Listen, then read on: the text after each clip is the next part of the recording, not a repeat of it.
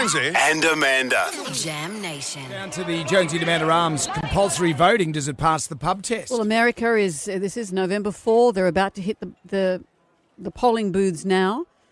They say that they're expecting a huge turnout, which means about 66%.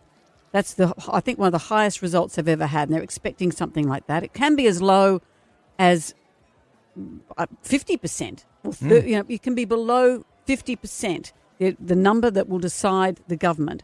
But they don't have compulsory voting. Well, the 2018 election, that was a 49% turnout. That was before the pandemic. That was a midterm. Yeah, that was a midterm one for Obama. Yeah. So if you want to have a say, what are you going to do?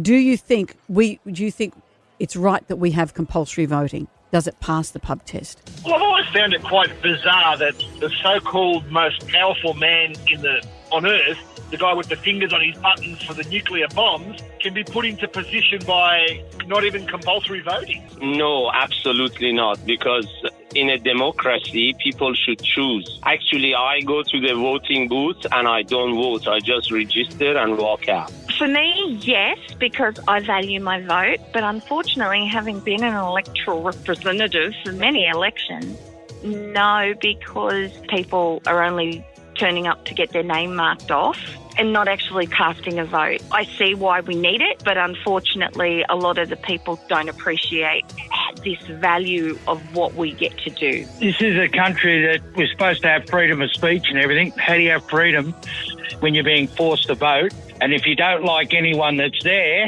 that has to be voted for, you get penalised because you didn't want to vote for them.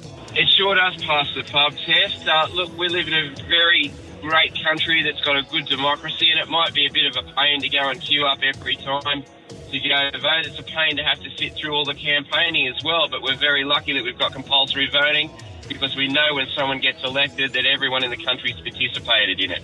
Yes, definitely. If you don't vote, you can't complain about it if a dickhead gets voted in.